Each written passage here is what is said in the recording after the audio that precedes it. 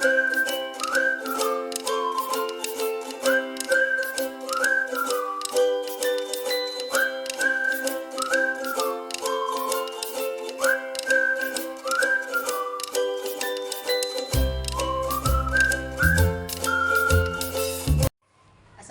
warahmatullahi wabarakatuh.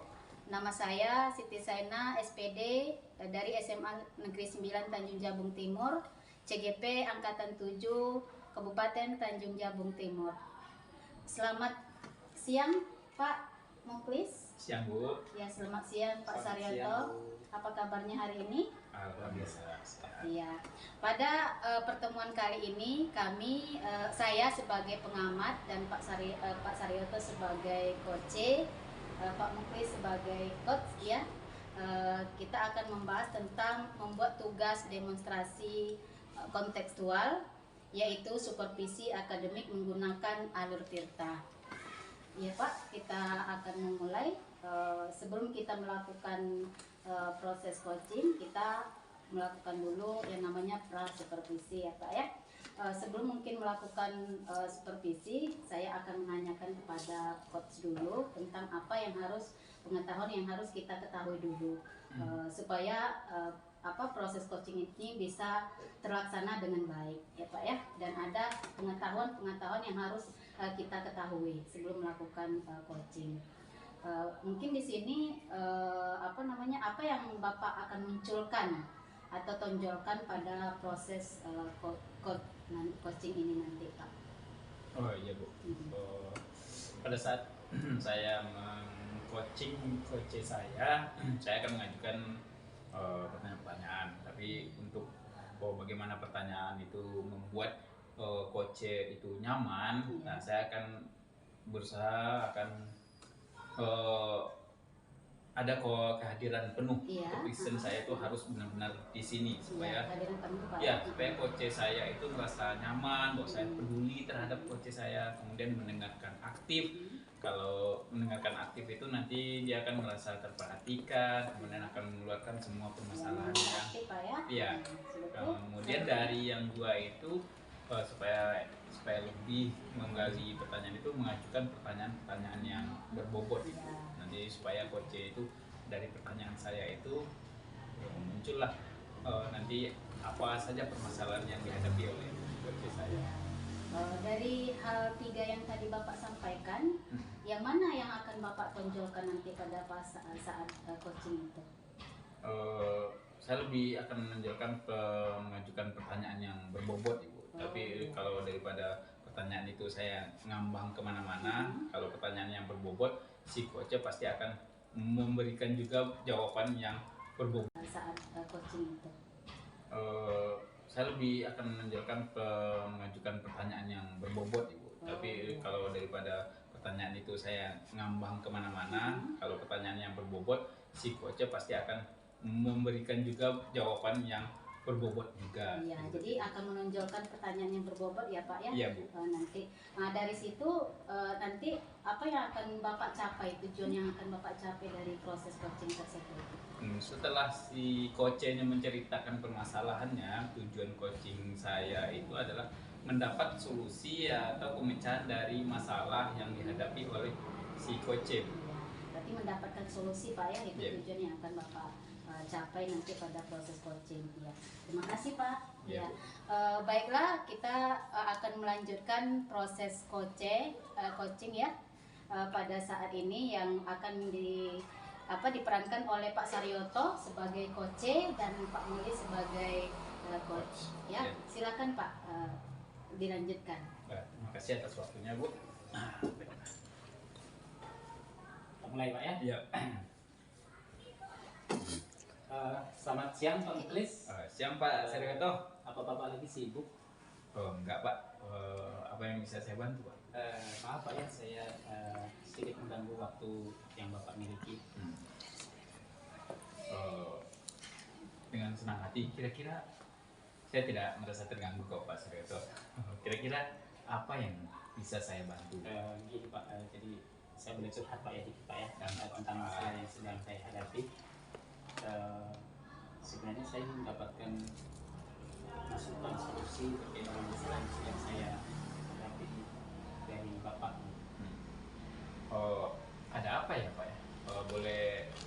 boleh tahu, saya boleh mendengar cerita dari Bapak. Semoga saja saya bisa membantu. Ini Pak, Bapak masih ingat ya dulu saya pernah disupervisi sama kepala sekolah. Oh, masih? Hari Sabtu kemarin itu. Iya. Jadi pas habis supervisi di kelas itu, pas keluar itu saya dipanggil sama kepala sekolah. Terus saya dapat teguran Pak dari kepala sekolah pada saat itu. Wah, itu beneran itu Pak Sreto? Kejadiannya itu ditegur? Iya, saya ditegur Pak pada saat itu. Kira-kira apa yang membuat Bapak ditegur oleh Bapak kepala sekolah? Sebenarnya sih kalau menurut saya itu ya masalah kecil lah ya, masalah biasa gitu kan. Cuman itu jadi pemikiran buat saya. Kita mulai Pak ya? Iya. Selamat siang Pak Muklis. Siang Pak Sreto. Apa Bapak lagi sibuk? Oh enggak Pak. Apa yang bisa saya bantu Pak? Maaf Pak ya, saya sedikit mengganggu waktu yang Bapak miliki. Dengan senang hati. Kira-kira saya tidak merasa terganggu kok Pak Sreto. Kira-kira apa yang bisa saya bantu? Gini Pak, jadi saya boleh curhat Pak ya dikit Pak ya tentang masalah yang sedang saya hadapi. Sebenarnya saya ingin mendapatkan masukan solusi terkait dengan masalah yang sedang saya hadapi dari Bapak.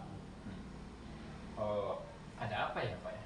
Boleh kalau boleh tahu, saya boleh mendengar cerita dari Bapak. Semoga saja saya bisa membantu. Ini Pak, Bapak masih ingat ya dulu saya pernah disupervisi sama kepala sekolah. Oh, masih? Hari Sabtu kemarin itu. Iya. Jadi pas habis supervisi di kelas itu, pas keluar itu saya dipanggil sama kepala sekolah. Terus saya dapat teguran Pak dari kepala sekolah pada saat itu. Wah, itu beneran itu Pak Sreto? Kejadiannya itu ditegur? Iya, saya ditegur Pak pada saat itu.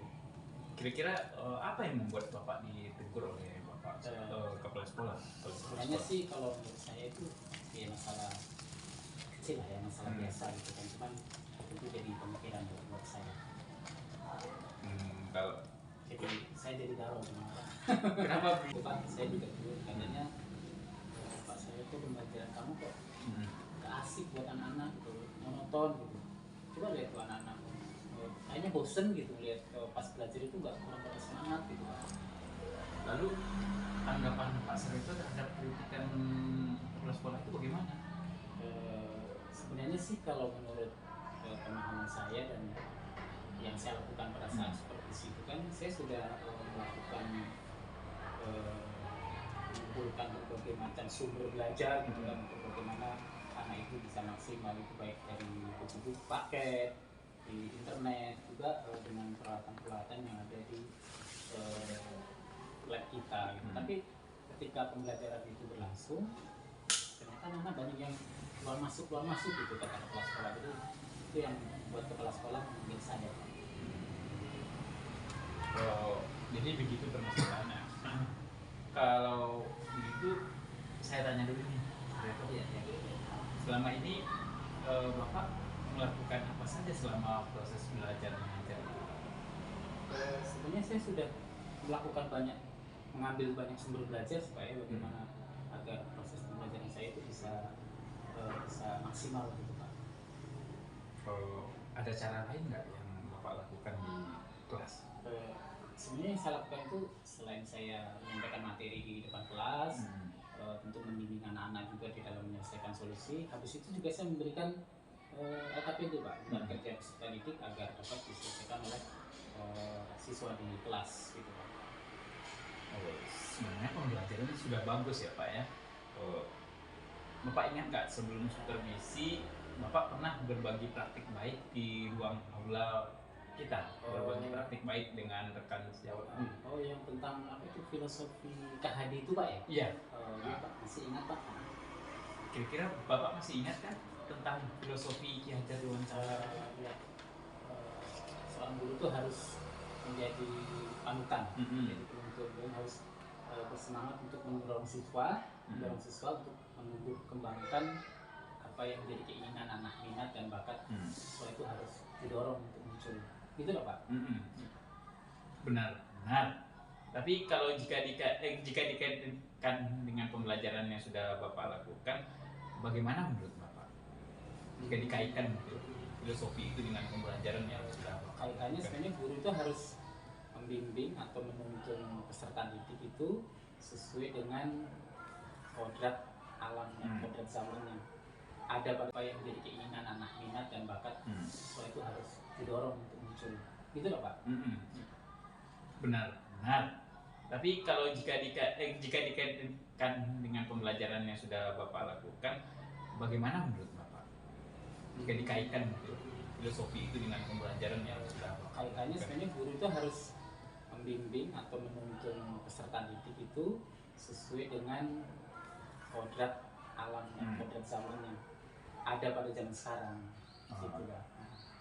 Dibandingkan dengan pembelajaran Bapak itu bagaimana kira-kira sudah Bapak lakukan apa belum? Ya, itu tadi Pak, mungkin di dalam pembelajaran yang saya lakukan saya harus menciptakan pembelajaran yang mendorong anak untuk dapat menumbuh kembangkan sesuai dengan kodratnya. Dan dimana kita tahu bahwa anak-anak itu latar belakangnya itu beda-beda, kadang mungkin mereka butuh cara yang berbeda pula dalam mengajar. Gitu Pak. Jadi benar yang Bapak sampaikan itu, menurut Bapak terkait pembelajaran bagaimana? Nah itu pula Pak, kok saya nggak kepikiran gitu Pak untuk melakukan pembelajaran yang apa yang saya sampaikan itu biar hasilnya jadi lebih maksimal gitu Pak. Ya. Dan tentu kalau untuk mendapatkan hasil yang maksimal itu kan kita harus mengakomodir siswa yang beragam tadi itu tadi Pak. Dari yang sudah kita bicarakan itu Pak Saryoto, kira-kira rencana ke depan Bapak bagaimana? Sepertinya saya harus tahu dulu kebiasaan belajar siswa itu seperti apa sih. Jadi saya harus mampu untuk mengidentifikasi dulu lah anak ini butuhnya apa. Jadi saya perlu untuk mengidentifikasi kebutuhan belajar peserta didik Pak. Lalu setelah diidentifikasi itu, lalu bagaimana lagi Pak? Kayaknya langkah pertama saya harus membuat RPP yang terkandung itu kayaknya Pak ya, yang mengandung bagaimana RPP itu dapat mampu menunjang tumbuh dan kembangnya peserta didik di kelas yang kita ambil. Kira-kira RPP-nya seperti apa ya itu Pak ya? Saya akan membuat RPP yang berdiferensiasi Pak. Jadi yang mengakomodir berbagai macam karakteristik peserta didik yang beragam. Selain itu mengidentifikasi, membuat RPP, dimana ada yang RPP yang berdiferensiasi ya Pak. Ya. Kemudian adakah cara lain yang Pak terkait pembelajaran bagaimana? Nah itu pula Pak, kok saya nggak kepikiran gitu Pak untuk melakukan pembelajaran yang apa yang saya sampaikan itu biar hasilnya jadi lebih maksimal gitu Pak. Ya. Dan tentu kalau untuk mendapatkan hasil yang maksimal itu kan kita harus mengakomodir siswa yang beragam tadi itu tadi Pak. Dari yang sudah kita bicarakan itu Pak Saryoto, kira-kira rencana ke depan Bapak bagaimana? Sepertinya saya harus tahu dulu kebiasaan belajar siswa itu seperti apa sih. Jadi saya harus mampu untuk mengidentifikasi dulu lah anak ini butuhnya apa. Jadi saya perlu untuk mengidentifikasi kebutuhan belajar peserta didik Pak. Lalu setelah diidentifikasi itu, lalu bagaimana lagi Pak? Kayaknya langkah pertama saya harus membuat RPP yang terkandung itu kayaknya Pak ya, yang mengandung bagaimana RPP itu dapat mampu menunjang tumbuh dan kembangnya peserta didik di kelas yang kita ambil. Kira-kira RPP-nya seperti apa ya itu Pak ya? Saya akan membuat RPP yang berdiferensiasi Pak. Jadi yang mengakomodir berbagai macam karakteristik peserta didik yang beragam. Selain itu mengidentifikasi, membuat RPP, dimana ada yang RPP yang berdiferensiasi ya Pak. Ya. Kemudian adakah cara lain yang masih bisa dilakukan Pak? Mungkin tadi yang berkaitan dengan kodrat zaman tadi kayak Pak ya, mungkin saya harus seperti buat video mungkin Pak ya, buat video kemudian menggunakan web simulation gitu ya, seperti virtual lab yang banyak sekali digunakan kan, kayaknya itu anak-anak mungkin suka Pak ya. Seperti kalau di fisika itu ada pet simulation Pak ya, dan mungkin itu yang akan saya lakukan Pak.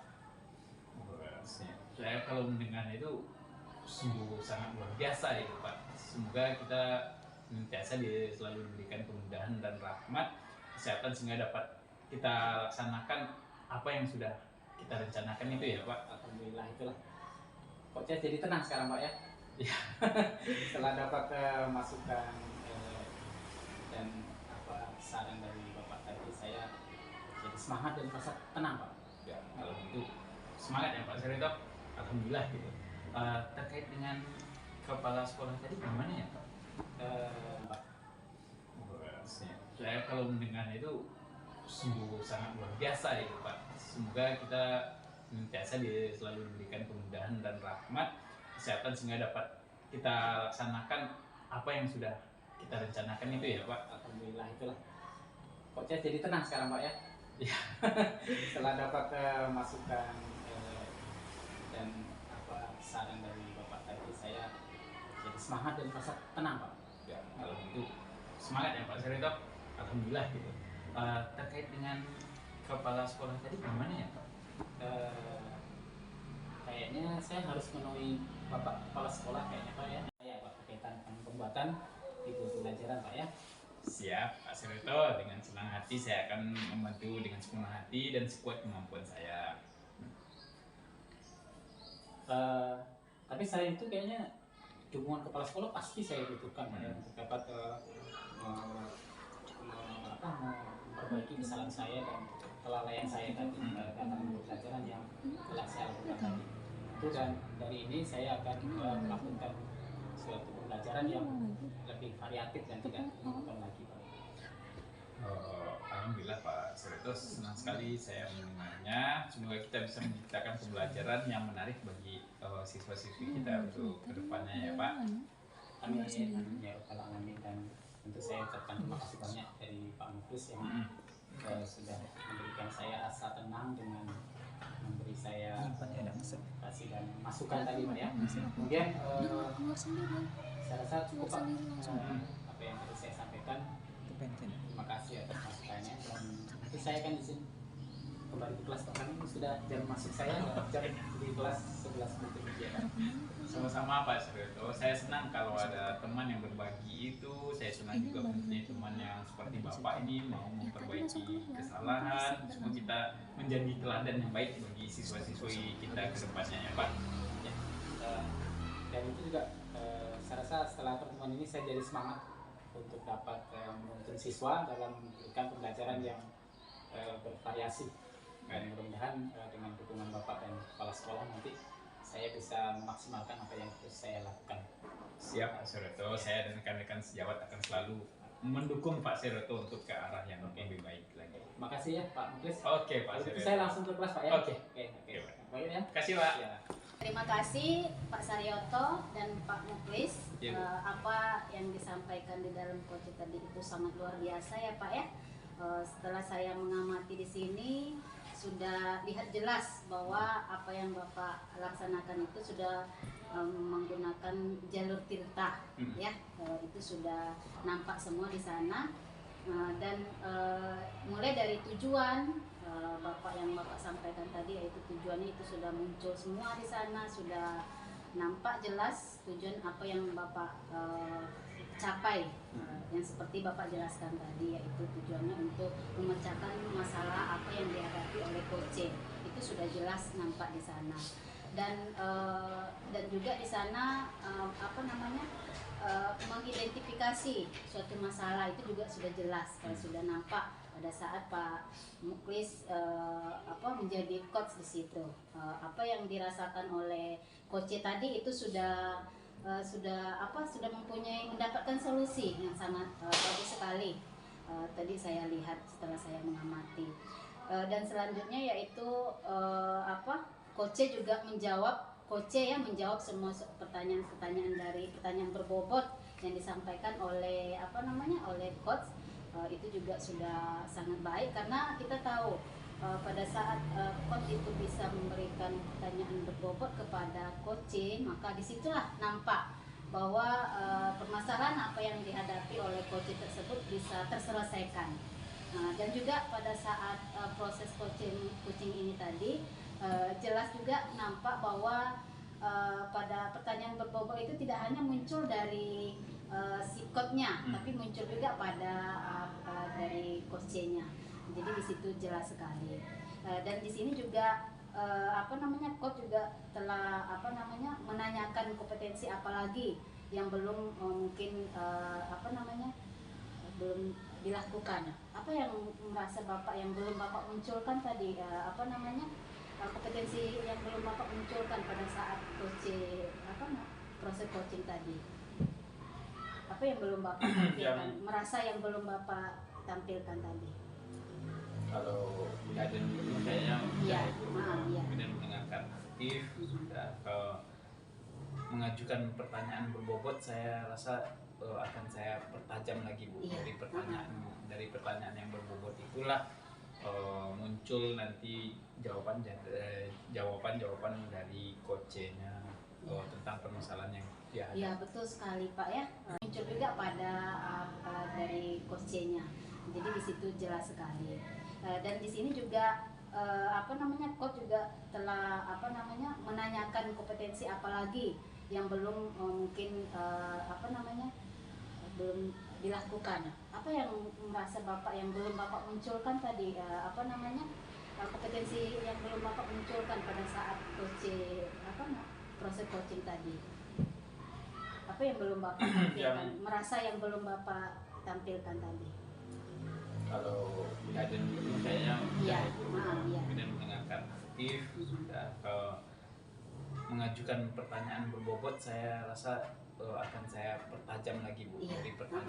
Dari pertanyaan yang berbobot itulah muncul nanti jawaban dari coachnya tentang permasalahan yang dia ada. Ya betul sekali Pak ya.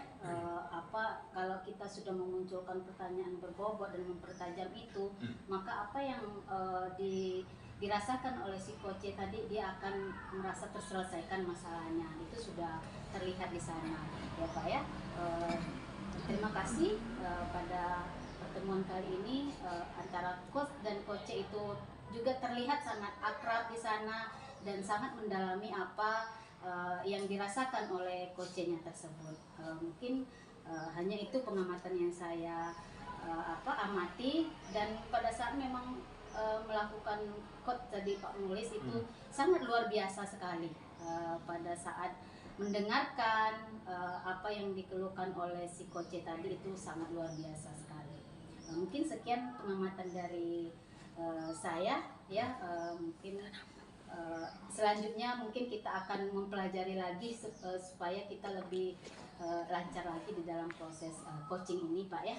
Baiklah, untuk proses coaching kali ini sudah selesai sampai di sini. Saya Siti Sena dari SMA Negeri 9 Tanjung Jabung Timur, CGP Angkatan 7 Kabupaten Tanjung Jabung Timur, mengucapkan terima kasih kepada Pak Mukhlis dan Pak Saryoto karena apa yang dilakukan oleh mereka itu sangat luar biasa. Terima kasih. Assalamualaikum warahmatullahi wabarakatuh. Waalaikumsalam.